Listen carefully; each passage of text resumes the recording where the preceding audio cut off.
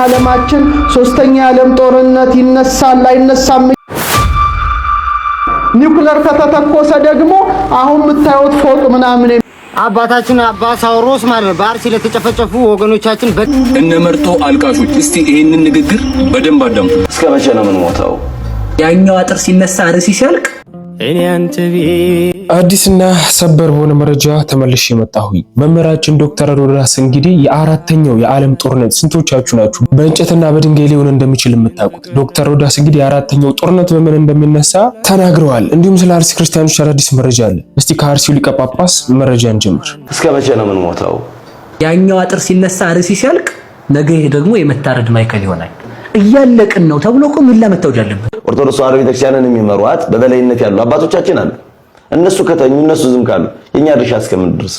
የፖለቲካ ስልጣንን ፈርተው ምዕመናን እየታረዱ እየተሸጡ ምዕመናን እየተሰደዱ ምዕመናን ቤታቸው እየፈረሰ የምዕመናን ደምና የምዕመናን ልቅሶ ሳይገዳቸው ለስልጣናቸው ያደሩትን አይደል? በተስፋ መቁረጥ ውስጥ አንገት ደፍተው የሚሰማን የለንም ብለው በሃይማኖትም በሚጠብቃቸው መንግስትም በተስፋ መቁረጥ ውስጥ ያሉ ወገኖቻችን አሉ።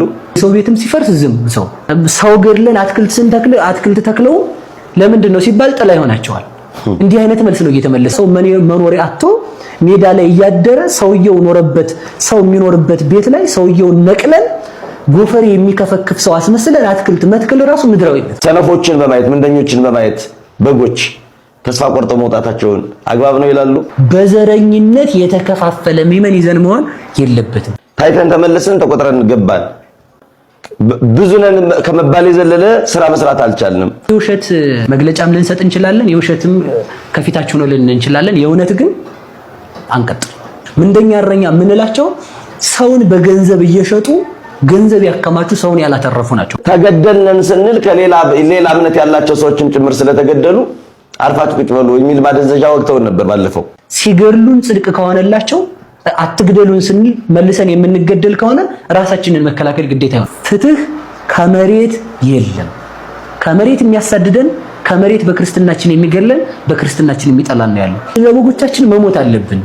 ስለበጎቻችን ተቀድመን አራያ መሆን አለብን። ቀደሙ ብሎ ከኋላ የሚሆን ሰው አይደለም የሚፈልገው። ቀደሙ ብሎ ቀድሞ የሚገኝ እያረሳሱ ለሚገሉን እጃችን አንስጥ። አጀንዳችን አንቀይር። ዛሬም ነገም ከነገ በኋላ አርሲ ላይ አንውጣ። ነፃነትን እስኪሰጠን ሚሰማን እስኪመጣ ከላይ ለእግዚአብሔር ከታች ላለው ለሚመራን አካል መጫወቻችን ወደ ኋላ እንበል። የእግዚአብሔር ቤተሰቦች ይህ የዋካ ብርሃን ሚዲያ ነው። ዋካ ብርሃን ሚዲያን ላይክ፣ ሼር፣ ሰብስክራይብ እንድታደርጉ በዚህ አጋጣሚ በፍቅር ጠይቃለሁ። ዋካ ብርሃን ሚዲያ የቤተክርስቲያን ድምጽ ነው። በዚህ ልክ ማስመሰሉ ግን ለምን አስፈለገ? ከዚህም በፊት እኚህ ጳጳስ የምታስታውሷቸው ከሆነ ለአርሲ ሀገር የጸጥታ ደህንነት ኃላፊ ምንም አይነት መልስ ሳይመልስ ምዕመኖቹን ሳይጠብቅ እንደዛ ምዕመናን ከታረዱ በኋላ ማን እንዳረዳቸው እንኳን ሳይታወቅ መፍትሄ ሳይሰጥ እኛ አባት የቤተ ክርስቲያን አውደ ምሕረት ላይ የጸጥታ ደህንነት ኃላፊውን እንዲህ ጋቢ ሳይለብሱት ተመልክተን ነበር።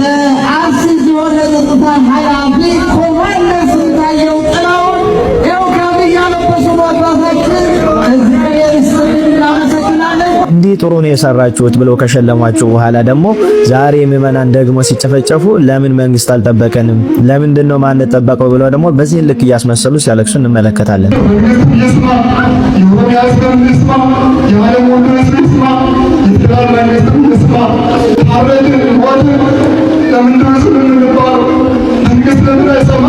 በነገራችን ላይ እንደዚህ ጊዜ እንደዚህ ዘመን ቤተክርስቲያን በጳጳሳት የተዋረደችበት ጊዜ የለም። ጳጳስ እኮ እንዲህ ያለቀሰ ፍትህ አይጠየቅም እኮ።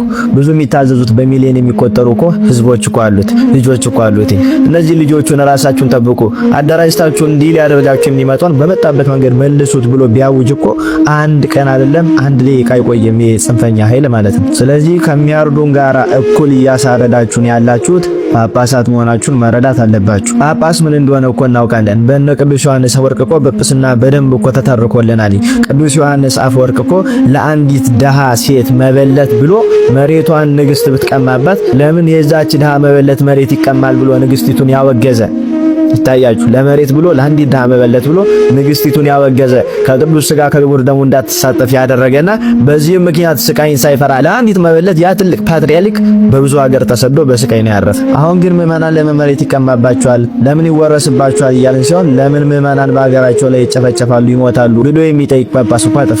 ስለዚህ ብትችሉ አሁን ያላችሁ ምዕመናን ሊያርዳችሁና ሊገላችሁን የመጣን ጠላት ዝም ብላችሁ እጃችሁን አጣጥፋችሁ አትመልከቱ።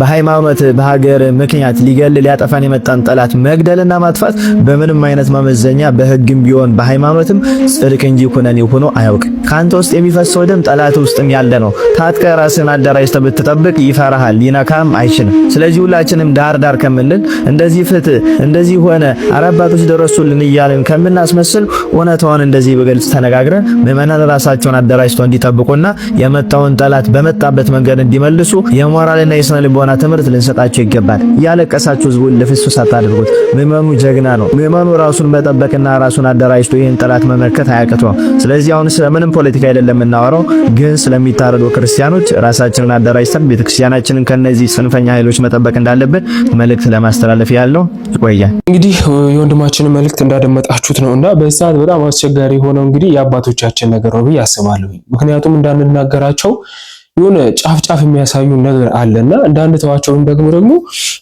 እኔ እንጃ ብቻ እኔ በጣም ግራ ተጋብቼ ነው ያሉት። በተለይ በአርሲ ጉዳይ ይሄ እንግዲህ የተመለከታችኋቸው የአርሲ ሊቀ ጳጳስ ናቸውና የአርሲውን ከንቲባ ወይም አስተዳዳሪ አውደ ምሕረት ላይ አምጥተው ሲሸልሟቸው ነበርና እውነት በአውደ ምሕረት ላይ ቆሞ ስለ አርሲ ክርስቲያኖች ለምን ይገደላሉ ብሎ ብቻ ማወቅ ሳይሆን ያለባቸው ሄዶ ቢሮ ድረስ ራሱ ሙሉ ነገር መጠየቅ አለባቸው ብዬ አስባለሁኝና እውነት ያ ሰውዬ ሰርቶ እንኳን ቢሆን የተሸለመው ለጥፋትም ጊዜ ደግሞ መጥቶ ፊት ለፊት በቃ መገሰጽ አለበት ብዬ አስባለሁ። ስለዚህ እባካችሁ በተለይ ደግሞ በአርሲ ውስጥ የምትገኙ አባቶቻችን ትልቅ እርምጃ ከናንተ ይፈልጋል። ሰልፍ መጥራት ካለባችሁ ሰልፍ መጥራት አለባችሁ። ያኔ እኮ ሲኖዶስ ሊከፈል ሲል ሰልፍ ሊጠራ ነበር ለዞም በዓለም አቀፍና ስለዚህ ካላችሁ ስልጣን በላይ ስለ ክርስቲያኖች ግድ እንዲላችሁ እንናገራለን። እስቲ ለአቡነ ሳዊሮስ የተላለፈው መልእክት ላስመልክታችሁ። አካሄዱ በጣም አደገኛ ነው። መስመር ካላስያዝን በጣም እንደምናየው ሁላችንም እንደምናውቀው በአልባሳትም ይሁን በሁሉም ቤተክርስቲያናችን ነዋየ ቅዱሳት የቤተክርስቲያን ሆኖ እያለ ሌሎች ደግሞ ቤተ እምነቶች የማይመለከታቸውን የኛኑ ወስደው ልብሰ ተክህኖውንም ከበሮውንም ጸናጽኑንም ሻሹንም ሁሉንም ወስዶ እየተጠቀሙበት ስለሆነ የማን ከኛ የወጣው የሌላ የሆነ ነው ያለው። በዚህ ሰዓት ከኛ ከቤተ ክርስቲያናችን ተወስዶ የሌሎች እንደሚመስል አድርገው ሁሉም ለራሳቸው ለማድረግ ሙከራ እያደረጉ ነው ያሉትና እንደው ቶሎ ካልበረታን ቶሎ መስመር ካላስያዝን በጣም አካሄዱ በጣም አደገኛ ነው።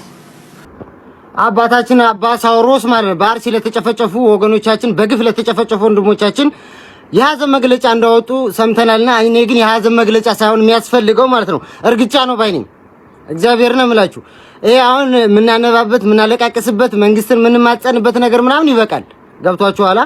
ካሁን በኋላ እኛም ትግስታችን አልቋል። ከዚህ በኋላ ያለው ነገር በእርግጫ ነው እንጂ በሀዘን መግለጫ ምን ገልጸው ሀዘን የለንም ካሁን በኋላ ማለት ነው። ማን ወንድ ማን ሴት እንደሆነ ይታያል ከዚህ በኋላ ማለት ነው። አቅማችን ምን ያክል ድረስ እንደሆነ ማለት ነው። ለእያንዳንዷ ነገር ዋጋ ትከፍሉባታላችሁ። ይሄን ያደረጋችሁ ሰዎች ማለት ነው ዋጋ ትከፍሉባታላችሁ። እግዚአብሔርን ነው የምላችሁ። ለአቡነ ሳዊሮስ እንግዲህ ተላለፈላቸው መልእክት ይሄ ነው። በእውነት በሰዓት የምናፍቃቸው አባቶች ቢኖሩ እግዚአብሔር በሚያውቀው ብፁዕ አቡነ አብርሃምና ብፁዕ አቡነ ጴጥሮስ ነው። ለምን መሰላችሁ? ትንሽ እንኳን ኮሽታ ሲሰማ መግለጫ ብቻ አይደለም የሚሰጡት። እውነቱን ለመናገር ወረቀት ብቻ አይደለም፣ ከልባችሁ የሆነ በቃ የጠነከረ ንግግር ትመለከታላችሁና አሁን እንግዲህ የሉም። ሁሉም ወደ ሀገራቸው ስብከታቸው ብፁዕ አቡነ ጴጥሮስ ወደ ሀገር እንዳይገቡ በቃ ኦልሬዲ ሄደዋል፣ ታግደዋል ማለት ይቻላልና ብፁዕ አቡነ አብርሃም ደግሞ ወደ ሀገር ስብከታቸው ሄደዋል። አቡነ ሳዊሮስ ከተሾሙ በኋላ እንግዲህ አሁንም ሕዝበ ክርስቲያኑ እውነቱን የምንናገረው ነገር በቃ ደስ እያለን አይደለም። ምክንያቱም ካሳለፉት አንፃር እንግዲህ ብፁዕ አቡነ ሳዊሮስ እኮ ትዝ ካላችሁ ለሹመት ተብሎ ነው አይደል እንዴ ሻሸመኔ ክርስቲያኖች ያለቁት። ስለዚህ አሁን ስለ አርሲ ክርስቲያኖች ግድ ይላቸዋል ብሎ ማሰብ ራሱ እኔ አንዳንዴ በጣም ከባድ ነው እውነቱን ለመናገርና እየመረረን ቢሆን ልንቀበላቸው የምንችላቸው እውነቶች ሊኖሩ ይገባሉ። ስለዚህ በሰዓት መናፍቃቸው ሰልፍ እንኳን መጥራት ቢያቅታቸው ንግግራቸው የሚያረካ ነብዩ አቡነ ጴጥሮስ ነብዩ አቡነ አብርሃም ናቸውና ዋካችሁ አሁንም ቢሆን ቦታውን የያዛችሁት ሰዎች ወይ ለሚሰራ ሰው መልቀቅ ነው ወይ ደግሞ እውነተኛ አባት ሆናችሁ ራሳችሁን ልክ እንዳለፉት አባቶቻችን ከፊት አስወጥታችሁ እንግዲህ ስለ አርሲ ክርስቲያኖች መናገር ይገባቸዋል ብዬ አስባለሁኝ። ብቻ እግዚአብሔር አምላክ እውነተኛ እረኛ ያስነሳልን። እስቲ ወደ ትዝታው ሳምኑ ልሰዳችሁ። ሰሞኑን ዶንኪ ቲዩብ ላይ እሸቱ መለሰ ፕሮቴስታንት ወንድሞቻችን ለሚያነሱት ጥያቄ በሙሉ እንግዲህ የሚሰጣቸው መልሶች በጣም አስገራሚና አስደናቂ ናቸውና ይሄንንም አስመልክቶ ተስተው ሳሙኤል ጥራኝና እዛው መጥቼ ፊት ለፊት ልነጋገር እያለ ከሜዳ ተነስቶ እየጮኸ ነው የሚገኘው። እሱን ላስመልክታችሁ። ማን የሚባሉ ሰውዬ ሞቱ ተባለ በዜና። ኢራን ላይ ያሉት መሪ ማን ናቸው? አያቶላው ሚኒ ሞቱ ተባለ። ብዙ ሰው ጨቁነዋል አሉ። አሜሪካንም ብቅ ብላ አይ ኢራኖች እንኳን ደስ አለሽ አሉ። ለብዙ ዓመት ያለውን ችግር ነቅየ እስከዛሬ የት ነበሩ አሜሪካኖች? እግዚአብሔር ልኳቸው ነው። መንፈሳዊ ተልእኮ ነው። ኦሽን አቋርጠው ውቅያኖስ አቋርጠው የሰውየውን ጭንቅላት መቀየር የሚችል ትምህርት የሚሰጡበት መዋለ ነው ያላፈሰሱ። አቤት አቤት ለጽድቅ መጥቶ ከዛ ድረስ ገዳዩም ለጥቅሙ ነው። እኛ ምንም የማናቀው እዚህ ልል እንላለን። ሰው ስለሞተ ልል ከማለት መድኃኒዓለም ይጠብቃል። ዓለም ክፉ ናት። እግዚአብሔር ጅራፍ ያነሳው ለጥቅማችን ነው። አሜሪካ ሚሳኤል ያስወነጨፈችው ለጥቅሟ ነው። ሰውየውን ገላ የሚዘረፍ ነገር ካለ ልትዘርፍ፣ የፈራችው ነገር ካለ ልትቀጭ። እኛ አሁን ይሄኔ ነዳጅ አፍልቀን የሆነም ከፍ ያለ የሆነ ነገር ወይ ለኒኩለራቸው የሚስማማ ነገር ብዙ እንደዛ አይነት ነገር ቢኖረን ውርር ያደርጉናል መጥተው አባሎ ገደላ የተጋቡ አንስር ምን ባለበት አሞራዎች ይሰበሰባሉ። እንደዚህ ናቸው የሰለጠኑ ሀገራት የሚባሉት። ሰብአዊነታቸው የውሸት ነው። ከጥቅማቸው አንጻር ነው የሚመጡት ወደኛ፣ ከራሳቸው ጥቅም አንጻር ነው። እልፍ ሰው ቢገደል አፍሪካ ላይ ምንም አይመስላቸውም። ያቺ ሀገር ነዳጅ ካላት ግን ቶሎ ምክንያት ፈጥረው አገዳድለው ገብተው መስረፍ ነው ይፈልጉ። በቲክቶክ እሸቱ ጥሪ የሚያደርግልኝ ከሆነ እሄድና እዛው ፊት ለፊት መነጋገር እንችላለን። እዛው ፊት ለፊት በትክክል የተቀረጸ። ኧረ እሸቱ መለሰ እንደው በማርያም አቅርበው፣ እንደው በማርያም አቅርበው። ግን ስታቀርበው ግን ድንቅ ልጆች ላይ አቅርበው። እሺ ይሄ ልጅ ገና አይምሮ አላደገም፣ እንጭጭ ነው። ትዝታው ሳሙኤል ማለት ስላላደገ ድንቅ ልጆች ላይ አቅርበውና እንደ ሕፃን ልጅ ጠይቀው። አንተ ኦርቶዶክስ እንጀራክ ናት እንዴ? አልፋታ እኮ አልካት። እድሜ ልክ ስለሷ እያወራክ ትኖራለህ። ስማ እሸቱ ሲጀምር አጋንንት አያቀርብም፣ ሊያቀርብም አይችልም። እሱ ጥሎ ሄዶ ስለ ወገኑ አስቦ ጫካ ለጫካ ደሆችን መብራት፣ ውሃ፣ የተለያየ ነገር ለማድረግ ደፋ ቀና ይላል። ጭራሽ ዲያብሎስ አቅርበኝ አታቅርበኝ እያለ ከሱ ጋር ይጨቃጨቃል። አባቴ ከቻልክ ሰው ሁን፣ ካልቻልክ ደግሞ ኦርቶዶክስን ተፋታት። ምን አይነት አይምሮ ነው ያለ? ከሷ ውጭ ወሬ የለም እንዴ? እንደለመድከው እናትና ልጅ አግብተህ አንድ ቤት ውስጥ ነው የምትኖረው። ና አጫውታቸው። ይሄ ነው ያንተ መጨረሻ እንዴ? ምን ሆነ ነው በዚህ በሰለጠነ ዘመን ቀርበን አንከራከር የምትለው? በቃ ከወጣለን ተፋታት ኦርቶዶክስን። ጤነኛ ነህ ግን እሸቱ? ድንቅ ልጆች ላይ ግን አቅርበን እንድታሳየን ይሄን ህፃን። እስቲ ምን ትላላችሁ? የሚመጥናቸውም ሆኖ አይደለምና ዶክተር ዘበነ ሰሞኑን የተናገሩት ነገር እንግዲህ ብዙዎች ክርስቲያኖችን ያስደሰተ ነው። እኔ ትዝታው ሳሙኤል የተናገረው ነገር አንድ ቀንም ሰምቼ አላቅም፣ የሚመጥነኝም አይደለም ብለዋልና ከሱ ጋር ሊቃውንቶችን ቁጭ ብሎ እንትን ማለት ራሱ ማለት አንደበት ራሱ ሊኖር ይገባል ብዬ አስባለሁ። ክርክር ወይ መዋየት ብቻ አይደለም። በዚህ አፉ ከአባቶች ጋር ምን ብሎ ነው የሚያዩ? ድንገት እንኳን ሊሰድባቸው ይችላል ብዬ ነው የማስበው። ምክንያቱም የሚናገረውን ቃል ሶሻል ሚዲያ ላይ እንደሰማችሁት ነውና አንድን ሃይማኖት እንኳን ባታምኑበት ሪስፔክት ያስፈልጋል። እሱ ግን ሁሉንም ነገር ዲስሪስፔክት እያደረገ በማይሆን ቃል እየተናገረ የሚገኝ ሰው ስለሆነ ውይይቱ ይሄን ያለም ጠቃሚ ነው ብዬ አላስብም። ለማንኛውም እንግዲህ በአርሲ ጉዳይ መርጦ አልቃሽ ለሆኑ ህዝቦች በሙሉ ይሄንን መልእክት እናስተላልፋለን። እነ መርጦ አልቃሾች እስቲ ይሄንን ንግግር በደንብ አዳምጡ። በደንብ ማለት የሆነ ቦታ ላይ የሆኑ እምነት አማኞች ተገደሉ ሲባል እንሰማለን። ካነሁ ላ ያዕኒና የማይመለከትን ይመስላል። እንዴት ነው የማይመለከት? እምነታቸው የፈለገ ይሁን፣ ኦርቶዶክስ ይሁኑ፣ ፕሮቴስታንት ይሁኑ፣ አይሁድ ይሁኑ፣ እምነት የለሽ ይሁኑ፣ ሰዎች አይደሉም ወይ?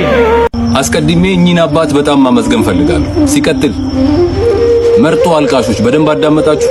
ለሰው ልጅ በሰውነቱ ሳይሆን ዘር እየመረጣችሁ፣ ብሔር እየመረጣችሁ፣ ሃይማኖት እየመረጣችሁ የምታዝኑ በደንብ አዳመጣችሁ ይሄንን ንግግር። አሁን ጊዜው ከፍቶ እንጂ ድሮ እኮ ለሰው ልጅ ምናዝነው በሰውነቱ ነው። ሃይማኖቱን፣ ብሔሩን፣ ዘሩን መርጠን ሳይሆን በሰውነቱ ነበር ምናዝነው። አሁን ግን በጣም በሚያሳዝን ሁኔታ ለተጎዱና ለሞቱ ሰዎች ለማዘን መስፈርታችን ሰውነታቸው ሳይሆን የኔ ዘር ናቸው፣ የኔ ብሔር ናቸው፣ የኔ ሃይማኖት ተከታይ ናቸው እያልን ከሰውነታቸው ይልቅ በዘር በሃይማኖት በብሔራቸው እየለየን ማዘን ጀምረናል። ኦርቶዶክስ ሲጨቆን ኦርቶዶክስ ብቻ ካለቀሰ፣ ሙስሊም ሲጨቆን ሙስሊም ብቻ ካለቀሰ፣ ፕሮቴስታንት ሲጨቆን ፕሮቴስታንት ብቻ ካለቀሰ ችግር አለ ማለት ነው። መርጦ አልቃሽ ሆነናል ማለት ነው። ሰብአዊነት ደግሞ መስፈርት የለው። ኦርቶዶክስ ሙስሊም ፕሮቴስታንት አይልም፣ ጥቁር ነጭ አይልም፣ ኦሮሞ አማራ ትግሬ አይልም። ስለዚህ ለምንም ነገር መስፈርታችን ሰብአዊነት ይሁን። ሰውነትን እናስቀድም። ጠቃሚ ነው ብላችሁ ካሰባችሁ ብቻ ይሄንን ቪዲዮ አድርሱልኝ። አመሰግናለሁ። እንግዲህ እንደተመለከታችኋቸው ነውና እናመሰግናለን። ከሃይማኖትም ከብሔርም ከምንም በላይ የሚበልጠው ሰብአዊነት ነውና ሰው ስትሆኑ የሰው ህመም ይገባቸዋል ብዬ አስባለሁ። ስለዚህ እኚህም ኡስታዝ የተናገሩት እንግዲህ ሰው ስለሆኑ የትኛው ሃይማኖት እንኳን ባይኖራቸው ስለነሱ መናገር ይገባናል ብለዋል። ምክንያቱም ነግበኔ ስለሆነ። ስለዚህ እየመረጣችሁ የምታለቅሱ እሰይ እንኳን ደግ አደረጉ የምትሉ በሙሉ እንግዲህ ዞር ብላችሁ የራሳችሁን ህይወትና የራሳችሁን መንገድ ብትመረምሩት በጣም ታተርፋላችሁ ብዬ አስባለሁ። ለማንኛውም እንደዚህ አይነት መልካም የሆኑ መምህራኖችን ያብዛልን።